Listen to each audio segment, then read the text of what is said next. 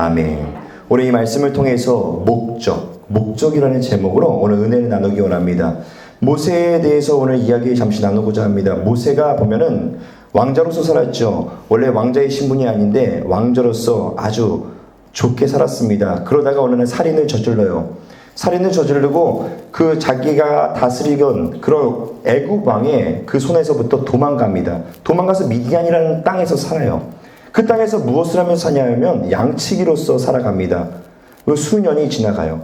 수년이 지나가고 애굽의 왕, 자기를 쫓던 왕이 죽고 다른 새로운 왕이 세워집니다. 그리고 난 다음에 여느 날과 같이 모세는요, 수년이 지난 후에 여느 날과 같이 양치기하고 있었을 때였어요. 근데 갑자기 어느 날 떨기나무라고 하는 그 나무에서 불길이 오르기 시작하는 거예요. 참 희한해서 그 앞으로 다가갑니다. 다가갔더니 떨기나무가 타서 재가 되진 않고 계속 불만 타오르는 거예요. 이상하게 여기는데 그곳에서 하나님의 음성을 듣습니다. 그리고 하나님이 말씀하세요. 다짜고짜 아무것도 모르고 영문도 모르는 이 모세에게 말하기를 이렇게 말합니다. 출애굽기 3장 8절 말씀입니다. 내가 내려가서 그들을 애굽인의 손에서 건져내고 그들을 그 땅에서 인도하여 아름답고 광대한 땅, 젖과 꿀이 흐르는 땅, 곧 가나안 족속, 헷 족속, 아모리 족속, 브리스 족속, 히위 족속, 여보스 족속의 지방에 데려가려 하노라. 갑자기 뜬금없이 얘기하는 거예요. 이 수년 동안 이 애굽에서 나와서 이스라엘 백성과는 아주 멀리 지내면서 아주 오랫동안 밖에 나와서 살고 있는데 갑자기 하나님 나타나셔서 말씀하시기를 내가 정리하자면 축복이 있는 땅, 바로 젖과 꿀이 흐르는 가나안 땅, 그 축복의 땅으로 이스라엘 백성을 인도하여 낼 것이야 라고 얘기를 하는 거죠. 근데 영문도 모르는 모세는요, 어리둥절하게 있습니다. 이어서 하나님 뭐라고 말씀하셨냐면 이스라엘 자손의 부르짖음을 내가 들었다. 그들의 그 고된 수고도 나는 보고 있다. 나는 그들의 그 수고와 고된 그 어려움, 힘듦을 난 봤기 때문에 내가 가만히 있을 수 없다. 이제 바로에게서부터 내 백성 이스라엘을 이끌어내서 젖과 꿀이 흐르는 땅으로 나는 인도해내기를 작정했다. 라고 이야기하는 이 하나님의 뜻을 볼 수가 있습니다. 이 전말이 어떻게 됐냐면요, 이런 겁니다. 이 400년 넘게, 정확히 얘기하자면 430년 동안 그렇게 종살이 하던 이 이스라엘 백성들이요, 이제는 못 참겠는 거예요. 정권이 바뀌면 좀 나아지겠지, 정권이 바뀌면 또 나아지겠지 했는데 정권이 바뀌어도 너무나 힘든 거예요. 노예의 신분은 벗어나지 못합니다. 뿐만 아니라 노역이 하루하루가 가면 갈수록 점점 고대지는 거예요. 개와 돼지만큼도 쉴 수가 없어요. 개와 돼지와 가축들은요, 그래도 먹을 것을 줄 때 되면 먹을 것을 주고 그 다음에 쉴 수 있을 때는 쉬게 했어요. 근데 노역은 자꾸 과중되니까 너무나 힘든 거죠. 그때 울부짖으면서 하나님께 부르짖습니다. 하나님 도와주십시오. 그 소리를 하나님이요, 뭐라고 하시냐면 그 소리를 들었고 그리고 너의 노역을 봤다라고 얘기하는 성경을 볼 수가 있어요. 그리고 하나님이요, 이 아브라함과 이삭과 야곱에게서부터 세웠던 그 언약을 기억하십니다. 그게 뭐냐? 젖과 꿀이 흐르는 가나안, 바로 축복의 땅으로 너희 민족을 이끌어내겠다. 그리고 너에게 축복으로 살게 하겠다. 라고 했던 그 약속을요, 기억하시는 하나님을 볼 수가 있습니다. 그래서 하나님께서요, 그의 지도자야, 그들을 이끌어내서 젖과 꿀이 흐르는 땅까지 이끌어갈 지도자로 모세를 선정했어요. 결정하신 거예요. 그리고 결정하고 나서 모세에게 말하는 겁니다. 네가 그 역할을 해야겠다. 모세는요, 내가 어떻게 그런 역할을 할까? 난 살인자인데, 나는 아무것도 아니고, 나는 지금 도망 나와서 난 지금 평안하게 살고 있는데, 그건 못하겠다 라고 생각하고 거절합니다. 거절하기를 뭐라고 하냐면, 하나님, 제가 누구이기에 애굽의 왕 바로에게서, 그 대단한 바로 왕에게서부터 이스라엘 백성들을 제가 이끌어낼 수 있겠습니까? 저 아닙니다. 적합하지 않습니다. 라고 이야기하는 이 모세를 볼 수가 있습니다. 하나님께서요, 그 말에 뭐라고 얘기를 하냐면, 걱정 마라. 내가 반드시 너와 함께 있으리라. 이렇게 말씀하시는 걸 볼 수 있어요. 모세에게는요, 위로가 되지 않습니다. 여태까지 평생토록 하나님이라는 분을 몰랐어요. 그런데 이제 와서 말하기를 내가 너와 함께 있겠다 라고 말씀하시는 거예요. 그래서 또 거절합니다. 뭐라고 하냐면, 만약에 제가 알겠습니다. 만약에 내가 한다고 치십시오. 그래서 이스라엘 백성들의 앞에 가서 나는 너희의 조상의 하나님께서 보낸 사람이다 라고 했으면 이들이 안 믿을 겁니다. 어떻게 하나요? 걱정 말아라. 그들에게 스스로 있는 자가 나를 너희에게 보내셨다 하라. 그러면 그들이 믿을 것이다 라고 얘기를 해요. 계속해서요, 하나님의 말씀에 꼬리에 꼬리를 물면서 거절해요. 저는 적합하지 않습니다. 적합하지 않습니다. 그러다가 보니까 하나님께 더 이상 변명거리가 없으니까 이제 솔직한 직선적인 말을 해요. 뭐라고 하냐면, 오 주여, 보낼 만한 자를 보내소서. 저는 아닙니다. 라는 뜻이에요. 하나님이 그 말에요, 노하시면서 말씀하기를 너의 부족함을 다 채워줄 것이고, 그리고 너에게 나의 능력을 주어서 지팡이가 뱀으로 될 수 있도록, 그 다음에 너의 능력에 내 힘을 더하여서 모든 능력을 줄 것인데 뭐가 걱정이냐? 내가 너와 함께 할 거라니까. 라고 하는 하나님의 말씀을 볼 수가 있어요. 그때서요, 그 말을 듣자마자 모세가 결정합니다. 그래, 하나님께서는 이런 대단하시고 위대하신 분이고 내가 어려서부터 듣던 그러한 분인데 그분이 나와 함께하고 있다는데 내가 뭐가 두렵나? 한번 해보자. 라고 결정을 하고 바로에게 갑니다. 바로에게 가서 이렇게 얘기하죠. 이스라엘 백성을 하나님께서 내놓으라 하신다. 내놓아라. 라고 얘기하는 걸 볼 수 있어요. 바로 왕이요, 그거를 들어줄 사람이 아닙니다. 그렇기 때문에 거절을 하죠. 그렇게 거절을 해서 10번의 재앙을 겪었다는 거 우리가 다 알고 있어요. 그 10번의 재앙을 겪으면서 이 애굽이란 나라가요, 풍비박산이 됩니다. 그래서 어쩔 수 없이 내어줘요. 그렇게 돼서 이스라엘 백성이요, 그때부터 가나안 땅을 향해 축복의 땅을 향해서 걸어가는 여정, 그 길을 걸어갑니다. 그거를 우리가 광야 생활이라고 얘기를 해요. 우리 광야 생활 그러면은 굉장히 어려움만 생각을 해요. 난 너무나 힘든데 내 광야 생활은 언제 끝나? 내 광야의 인생은 언제 끝나? 라고 생각하지만 우리는 꼭 기억하셔야 될 게 있습니다. 광야 생활을 하는 거는요, 그냥 고난을 받는 게 아니에요. 축복의 땅으로 가기 위한 그 과정이라는 걸 꼭 기억하셔야 합니다.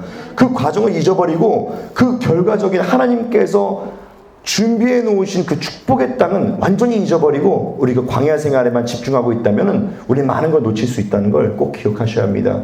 그 광야 생활에서도요, 은혜가 넘쳐요. 왜냐하면요, 이들에게 하나님이 어떻게 하셨냐면 낮에가 너무 더우니까 하나님께서 구름 기둥을 세우셔요. 그래서 아주 시원하게 해줍니다. 밤에는요, 불 기둥을 세우셔서 그 추운 밤을 견디게 해주셨어요. 근데 불편함이 있었어요. 뭐냐면 잘 쉬고 있다가 갑자기 구름 기둥이 이동하면은 다들 짐을 싸고 그 다음에 자기의 장막을 걷어서 대이동을 해야 됩니다. 그 잠자다가도 밤에 갑자기 불 기둥이 움직이기 시작하면 나팔을 불고 사람들이 짐을 싸고 그 신호에 맞춰가지고 또 대이동을 해요. 너무나 불편하죠. 하지만 그곳에서 벗어나면 추운 거예요. 그곳에서 벗어나면 덥습니다. 그 길을 같이 가는 거예요. 그리고 배고프다고 하면은 하나님께서 메추라기, 아니면은 만나, 여러 가지로 배를 채우게 해주세요. 목마르다고 하면은 물을 반석에서 솟아나게도 하시고 여러 가지 일들을 보여주십니다. 근데 중요한 게 뭐냐? 넉넉하지가 않아요. 풍족하지가 않습니다. 우리의 불만이 그거잖아요. 광야 생활할 때 가장 불만, 넉넉하지가 않습니다. 풍족하게 하여 주옵소서. 하지만 풍족하지가 않아요. 하지만 부족하지도 않아요. 살 수 있게끔 하나님이 그렇게 이끌어가는 걸 볼 수가 있다는 것이죠. 그 생활을 한 지 3개월이 지났습니다. 그리고 나서 신의 광야라는 곳에 도착해요. 하나님께서 그곳에 이스라엘 백성들을 머물게 하시고 신의 산으로 모세를 이끌어냅니다. 모세야, 신의 산으로 올라와라 라고 이야기하는 거죠. 하나님께서 모세를 불러내신 다음에 어떠한 일을 하냐면 앞으로 지켜야 될 율례와 법도를 말씀하세요. 그리고 그 안에서 10계명 언약을 세우십니다. 그 기간이 40일이에요. 무려 40일 동안이요, 아론에게 지휘권을 다 줬습니다. 사람들이 모세가 자꾸 보이지 않으니까 아론에게 가서 이야기하는 거예요. 우리가 지금 모세가 어디 있느냐? 우리를 이끌어내는 모세가 보이지가 않는다. 우리를 위하여 우리를 인도할 신을 만들라 라고 자꾸 포치하는 거예요. 그 여론에 못 이겨서 아론이요 얘기한 방침이 뭐냐면, 너희들 집안에 있는 아내와 딸들의 아니면 여종의 그 금기거리를 가지고 와라 라고 얘기하는 거예요. 그 얘기하자마자 금고리를요 다 모아서 옵니다. 그걸 불 속에다 넣고 아론이요 소의 모양대로 짓기 시작해요. 이런 모양일 거야 라고 하고 소의 모양을 만들어냅니다. 금송아지를 만들어내요. 그리고 금송아지를 놔두고 몇 날 며칠 동안 거기서 춤추고 노래 부르고 그리고 숭배하고 금송아지가 하나님이라 그러고 막 좋아합니다.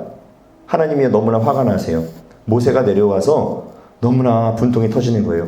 하나님이 못 견디니까 그 사람들에게 분을 내시는데 정말 많은 사람이 죽었어요. 3,000명가량 죽었다 그러는데 그 다음에 질병으로 더 많은 숫자가 죽습니다. 엄청나게 진노하셨다라는 걸 볼 수 있어요. 그리고 하나님이요 마음에 결정하십니다. 그리고 모세에게 이렇게 말씀하세요. 모세야, 이스라엘 백성들과 적과 꿀이는 가나안 땅으로 들어가라. 그곳까지 내가 인도해 줄 수 있도록 너에게 천사를 붙여줄게. 그리고 그곳에 가면은 많은 민족들이 있을 건데 걱정하지 마라. 내가 다 내쫓아 줄 거다. 하지만 나는 너희와 함께 가지 않겠다. 라고 말씀하세요. 나는 너희와 더 이상 함께 할 수가 없다. 왜 그러십니까, 하나님? 너희와 함께 하다가는 너희 고집이 너무나 세고 너희는 자꾸 이상한 행동을 하기 때문에 내가 너희를 죽일까 싶어서 내가 너희를 살리려고 끌고 나오는 건데 너희들 하는 행동을 보니까 내가 너희들을 가나안 땅에 도착하기도 전에 다 죽일 것 같아. 내가 너희와 함께 하지 못하겠다. 그러니까 너희들 그냥 가라. 근데 걱정하지 마. 천사가 함께 할 거야. 그냥 걱정하지 마. 가나안 땅에 있는 그 많은 민족들은 내가 다 몰아내 버릴 거야. 걱정하지 마. 라고 얘기하는 이들을 볼 수가 있다는 거죠. 이스라엘 민족들은요, 이스라엘 백성들은 축복의 땅 가나안 땅으로 가는 게 목적이에요. 하나님이 이렇게 말씀하셔도 상관이 없습니다. 근데 모세는 달랐다라는 걸 우리는 성경을 통해서 볼 수가 있어요. 모세는요, 젖과 꿀이 흐르는 가나안 땅, 그곳을 가기 위해서 하나님을 따라 나선 게 아니에요. 하나님이 함께 하겠다 그 말에 끌려서 따라 나온 거예요. 하나님이 함께 하겠다. 그렇기 때문에 오늘 본문 말씀 출애굽기 33장 15절 말씀에는요 이렇게 얘기하는 겁니다. 모세가 여호와께 아뢰되 주께서 친히 가지 아니하시려거든 우리를 이곳에 올려보내지 마옵소서. 가나안 땅으로 올려보내지 마옵소서. 하나님 그렇게 안 가실 거면은 보내지 마옵소서. 안 가겠습니다. 저 하나님이 없는데 뭐가 의미가 있습니까? 라고 하는 이 모세를 볼 수가 있다는 거예요. 서장훈 씨가 출연하는 어떤 프로그램을 보니까 거기에 어느 부부가 고민 상담하기 위해서 나왔어요. 고민 상담하기 위해서 나온 부부가 어떠냐면 남편이요 43살입니다. 그리고 이 아내가 22살이에요. 21세 정도의 차이가 있어요. 21살의 차이가 있다 보니까 이 너무나 고민되는 거죠. 여자는 고민 하나도 없습니다. 하지만 나이 먹은 이 남편은 너무나 고민스러운 거예요. 그래서 이 남편이요 여태까지 분명히 아이들이 있어요. 뱃속에 아이가 한 명 있고 그리고 태어난 아이가 한 명이 있습니다. 2명의 자녀를 그렇게 섬기고 있는데 근데 그 와중에 이 남편이 어떻게 했냐면 혼인신고도 안 했고 결혼식도 안 했어요. 앞으로도 할 생각이 없다라는 거예요. 그래서 고민 상담하러 온 거죠. 근데 이유가 뭐냐고, 혼인신고를 안 한 이유가 뭐냐, 결혼을 안 한 이유가 뭐냐 라고 이야기했더니 이해가 되는 말은 해요. 뭐냐면 내 아내가 너무나 어리기 때문에 자기 또래들과 같이 지내길 나는 원한다라는 거예요. 그렇기 때문에 아이들은 내가 책임질 테니까 아내는 나가서 자기 또래들과 같이 지내면서 또래의 남자를 만나서 행복하게 새로운 출발을 했으면 좋겠다라는 거예요. 그렇기 때문에 혼인신고를 안 했다라는 거죠. 좋아 보이지만 전혀 좋지가 않다라는 거죠. 왜냐면 아이는 벌써 2명이나 있어요. 그 아이를 잊고 어떻게 떠나겠냐라는 거예요. 그리고 만약에 이 아내분이 나는 내 또래들과 같이 그렇게 살 거야. 난 성공할 거야. 그리고 나는 좋은 남자 만나서 내 또래의 남자를 만나서 나 잘 살 거야 라고 생각했으면 이 말하지 않아도 진작에 떠나갔을 거예요. 아기 낳기도 전에 안 만났을 겁니다. 너무 나이 많으니까 난 싫다라고. 근데 아내분의 입장은요 아예 다른 거예요. 뭐라 그러냐면 이렇게 얘기합니다. 나는 가정을 이루고 아이들과 함께 이 가정 안에서 이 남편과 함께 행복하게 살고 싶다는 거예요. 나이 차이 아무것도 아니라는 거죠. 우리는 이미 아이들이 있고 가정을 이뤘다라는 거예요. 그렇기 때문에 혼인신고하고 결혼식을 해서 정식적인 가정을 이루었으면 한다는 게 이 여성의 마음인 거예요. 목적이 다르면 이렇게 달라요. 나타나는 현상이 아주 다르고 말하는 표현도 다르고 생각하는 방식도 아주 달라지는 거예요. 목적이라는 게요 얼마나 중요한지 모릅니다. 이스라엘 백성들은요 목적이 가나안 땅에 꽂혀 있어요. 가나안 땅으로 설정되어 있어요. 난 축복받을 거야. 나는 새 인생을 출발할 거야. 나는 종살이 하던 인생이 아니라 이제는 자유의 인생이 되어서 하나님께서 베풀어 주시는 그 축복의 땅 가나안 땅으로 나는 갈 거야. 나 그게 목적이야. 그렇기 때문에요 이스라엘 백성들에게 하나님께 떠난다고 해도 이스라엘 백성들은 관심 없습니다. 아 그러시든가요? 아 모세요 됐지 않습니까? 우리가 가나안 땅으로 가기만 하면 되지. 하나님 없으면 어떻습니까? 가나안 땅에 갈 수 있다는데. 그리고 가나안 땅에 가면은 그 수많은 우리가 두려워하는 민족을 다 쓸어내 버려 주겠다고 하는데 뭐가 걱정입니까? 우리의 목적이지 않습니까? 라고 얘기하는 거죠. 모세의 목적이 다른걸요. 모세는 하나님과 동행하는 게 목적이에요. 가나안 땅에 안 들어가도 돼요. 그렇기 때문에 가나안 땅에 안 들어가도 하나님만 계시면 목적을 이루었기 때문에 모세는 만족합니다. 하지만 이스라엘 백성은 가나안 땅에 못 들어가고 하나님과 함께 하면은 만족할 수 없어요. 그러니까 불평불만하는 거예요. 왜 우리에게 밥 안 줍니까? 왜 우리에게 물 안 줍니까? 왜 우리를 고되게 합니까? 내가 차라리 종되었을 때 그때가 더 낫습니다. 라고 말하는 이유는요, 목적이 달랐기 때문에 그래요. 이 목적이 얼마나 중요한지 모릅니다. 목적이 잘 설정돼야 우리는 우리의 마음이 하나님께 붙어서 살아갈 수가 있어요. 목적이 자꾸 잘못되어지면요, 그게 안 이루어졌을 때 원망, 불평 당연히 나오는 겁니다. 하나님이 지금 나와 함께 계시는 게 만족한다면 그러면 그 안에서 승리가 있고 축복이 있다는 걸 꼭 믿으시고 기억하시기 바랍니다.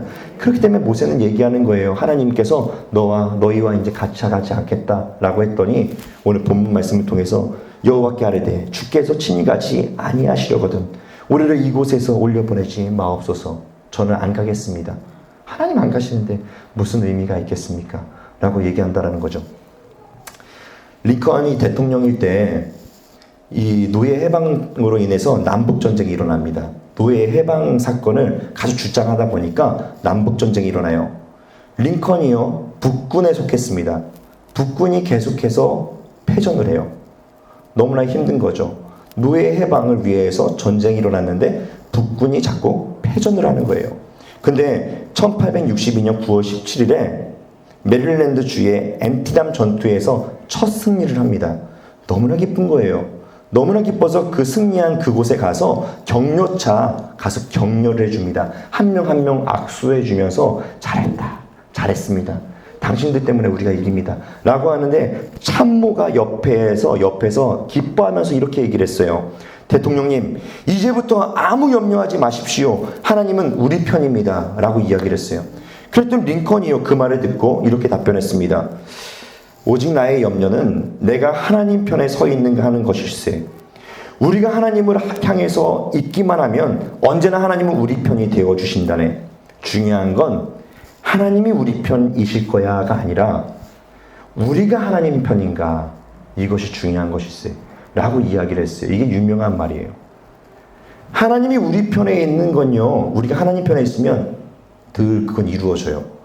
근데 나는 하나님 편에 있느냐라는 거죠. 나는 하나님을 바라보고 있느냐예요. 사울 왕이 패망했던 이유는 그겁니다. 아주 중요한 부분이 그 부분이에요. 하나님 내 편에 서 주십시오. 내가 군대를 끌고 나가서 전쟁에 승리하겠습니다. 내 편에 서 주십시오. 이랬기 때문에 끝난 거예요. 다윗이 승리할 수 있었던 건요, 그것 때문이었어요. 하나님, 제가 하나님 편에 있습니다. 고난을 아무리 겪어도 하나님 편에 있습니다. 하나님이 나의 목자신데 내가 부족함이 어디 있습니까? 저는 괜찮습니다. 라고 하는 게 다윗의 고백이에요. 이게 아주 미세한 차이인데 확연한 차이를 나중에는 보여준다는 걸 꼭 기억하셔야 될 것입니다. 하나님께 우리가 나아가는 것이 중요한 것이지 하나님께서 내게 오시는 게 중요한 게 아니라는 거예요. 내가 하나님을 향해서 가고 있느냐, 내가 하나님을 위하고 있느냐라는 게 얼마나 중요한지 모른다는 겁니다. 예수님께서 예루살렘으로 가실 때 사마리아와 갈릴리 사이로 지나가게 될 수밖에 없어요. 그 길로 가야지만 됩니다. 그 길로 가는데 10명의 문둥병자가요 막 오면서 하나님을 부르짖습니다. 예수 선생님, 우리를 불쌍히 여겨주옵소서 라면서 막 다가와요. 예수님이요 그들을 보시고 이렇게 얘기합니다. 가서 제사장들에게 너희 몸을 보이라. 그러면 너희 병이 깨끗하여지리라 라고 말씀하는 걸 볼 수 있어요. 그래서 그 말을 듣고 너무나 기뻐서 문둥병자가 제사장들에게 갑니다. 근데 가는 도중에 문둥병이 싹 나아요. 너무나 기쁜 거죠. 썩는 냄새가 더 이상 나지 않아요. 자기 몸에 썩어있던 그 살이 새로 돋았어요. 너무나 기쁜 거예요.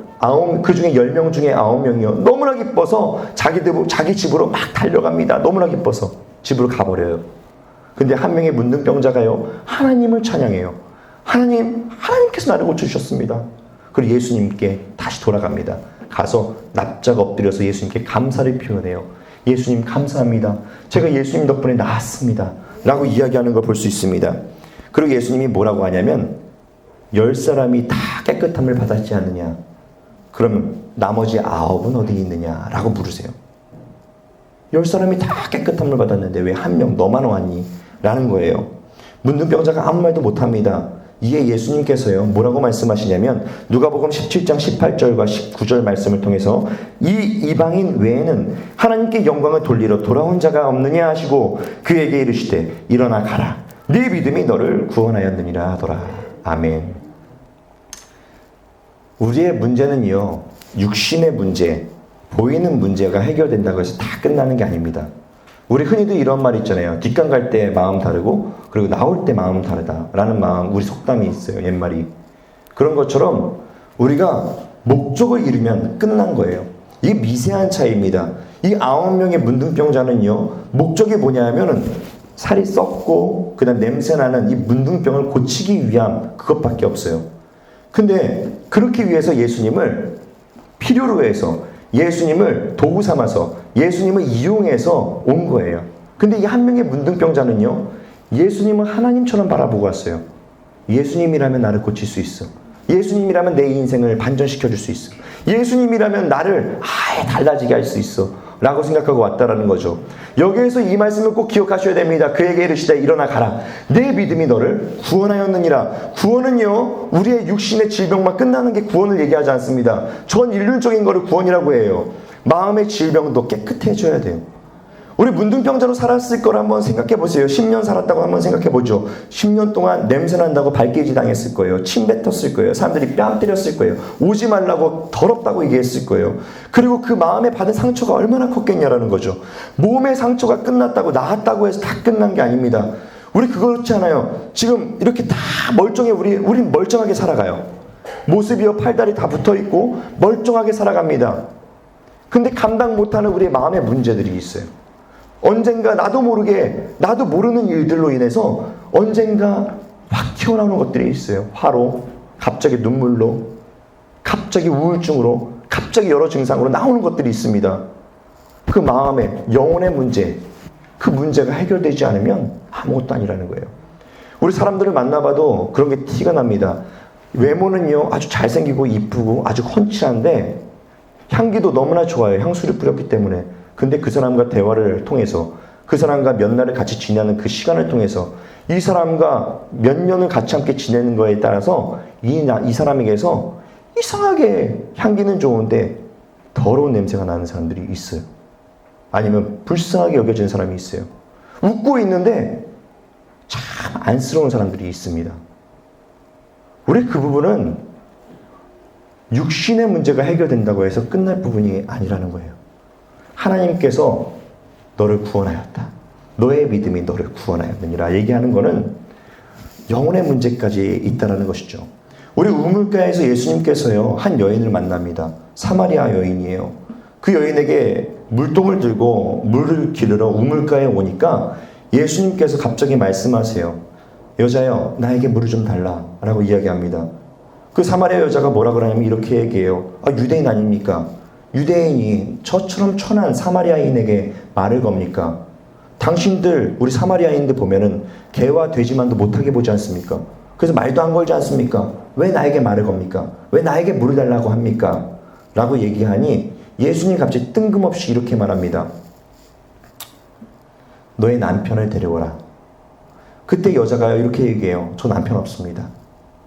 그래, 네 말이 맞다.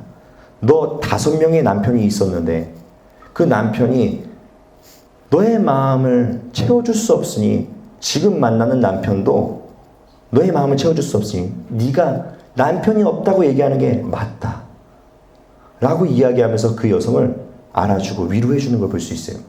그 여자가 너무나 놀라죠. 왜 남편이 자꾸 바꿔가면서 이 사람과 살아보고 저 사람과 살아보고 왜 그랬을까요? 이 사람과 함께 살면 내 부족한 부분이 채워질까? 내 공허한 게 저 사람이랑 살면 채워질까? 내 뻥 뚫어져 있는 마음 같은 지금 너무나 힘들고 어려움, 이 마음에 해결되지 않는 것을 저 남자는 해결해 줄 거야 라고 하고 이 사람 만나고 저 사람 만나고 이 사람 만났어요. 지금 6번째 남편과 살고 있습니다. 한 명 한 명 바꿔가면서 더욱더 상처는 깊어져 가요. 마음의 문제는 해결되지 않아요. 근데 예수님 만나고 난 후부터 몇 마디 대화 안 했는데 그때부터 이 여성은요 마음의 여태가 채워지지 않은 것들이 꽉 채워지고 기쁘게 살아가는 걸 볼 수가 있다는 거죠. 우리가 진짜 기쁘게 살아갈 수 있는 건 마음의 문제, 영혼의 문제가 해결된 후에요. 우리의 질병이 고침받는다고 해가지고 우리가 자유롭게 살아가는 게 아닙니다. 우리 성경을 통해서 그 부분을 계속해서 하나님은 강조하고 있어요. 우리의 마음의 문제, 우리의 육신의 문제가 아니라 우리의 영혼의 문제가 얼마나 중요한지, 내가 어디로부터 와서 왜 삶이 어디로 가는지 알지 못하고 살았는데 이제 알겠습니다 라고 하는 그 확신이 얼마나 중요한지 성경을 통해서 우리에게 말씀해 주고 있다는 거죠. 예수님을 만나시기 바랍니다. 그 이유가 여기에 있습니다. 예수님 만나면 우리의 육신의 질병뿐만 아니라 우리의 마음의 질병, 우리의 영혼의 문제, 그리고 우리의 상황에 펼쳐져 있는 어려움, 하나님께서 만져주시고 치료해 주신다는 걸 꼭 믿으시기 바랍니다. 그래서 한 주간 살아가실 때도 하나님께 부르짖으며 하나님을 만나려고 애쓰시기 바라요. 하나님께서 문제에 개입해 주시고 역사하실 줄 믿습니다. 정말 근본적으로부터 내가 알지 못하는 그 순간으로 가서 하나님 만져주실 줄 믿어요. 어떤 한 선교사님의 아내, 사모님이죠. 그 사모님이 간증한 게 있어요. 뭐라 그랬냐면 아이들이 2명의 아이들이 있대요. 자녀가 있대요. 딸인지 아들인지 전 모릅니다. 근데 마트에 가거나 아니면 슈퍼에 가면은 외국에 살아요. 그러니까 영어를 쓰죠. 이게 마트에 가면은 아이들이 장난감을 이렇게 만짝거리고 구경한대요. 그러면 이 사모님이요, 못 보겠는 거예요. 짜증이 막 올라온대요. 왜냐하면 쟤네들은 왜 마트에만 오고 슈퍼에만 오면 왜 장난감을 만지작만지작거리고 저거 사달라고 할까? 그게 분이 나는 거예요. 그날도 여전히 그런 일이 있었어요. 근데 아이들이 장난감을 하나씩 들고 온 거죠. 너무나 조르니까 어쩔 수 없이 그걸 사줬대요. 그리고 차를 몰고서 오는 길에 계속 화가 나 있는 거죠. 아이들은 눈치를 봅니다. 엄마 기분이 너무 안 좋은데 이거 어떡하지? 하고 있는 거예요. 그리고 며칠이 지났어요. 그리고 둘째 딸이 와가지고 자기가 샀던 그 장난감을 주면서 엄마 저 이거 환불할게요. 저 이거 환불할래요 라고 했대요. 그때 얼마나 마음이 아팠는지 모른다라는 말을 해요. 그러면 설명하기를, 아니야, 아이들은 원래 장난감을 좋아하고 그리고 장난감을 사는 게 맞아. 엄마가 잘못된 거야. 엄마가 실수하고 잘못한 거야 라고 하고 아이를 토닥거려주고 하나님께 나가서 기도했다는 거죠. 하나님이 자기도 몰랐던 그때 그 일들을 끄집어내 주시면서 하나하나 만져주시기 시작했대요. 그리고 내가 그때 그랬구나 라면서 하나님께서 하나하나씩 만져주시면서 그 부분이 해결됐다는 간증이에요. 우리에게 알지 못하는 게 있습니다. 나는 다 알아. 아니요. 우리도 모르는 것들이 있어요. 하나님께서는 우리에게 계속 사인합니다. 여러 가지 일들을 통해서, 고난을 통해서, 아니면 아픔을 통해서도, 아니면 기쁨을 통해서도 그 일들을 만져주시기 원해요. 그 부분이 끌어내면 근본적인 부분이 해결되는 거예요. 내 어려움의 근본적인 부분은 그것 때문이에요. 아주 상관이 없는 일일 수도 있어요. 지금 내가 너무나 가난하게 샀는데 그때 내가 어떤 사람에게 맞아서 상처받은 것 때문에 그 사람이 용서 못해서 가난해지게 된 이유도 있어요. 이상한 거죠. 하나님은요, 이상하게 말씀하시고 이상하게 역사합니다. 하지만 그 안에서 하나님이 말씀하시고 만져주시면 희한하게 그때의 문제가 해결될 뿐 아니라 지금 일어나는 이 문제도 하나님께서 만져주신다는 거 꼭 믿으시고 기억하시기 바랍니다. 한 주간 그런 일들이 일어나길 축원합니다. 하나님께서 그러한 역사를 보여주실 줄 소망합니다. 기도하겠습니다.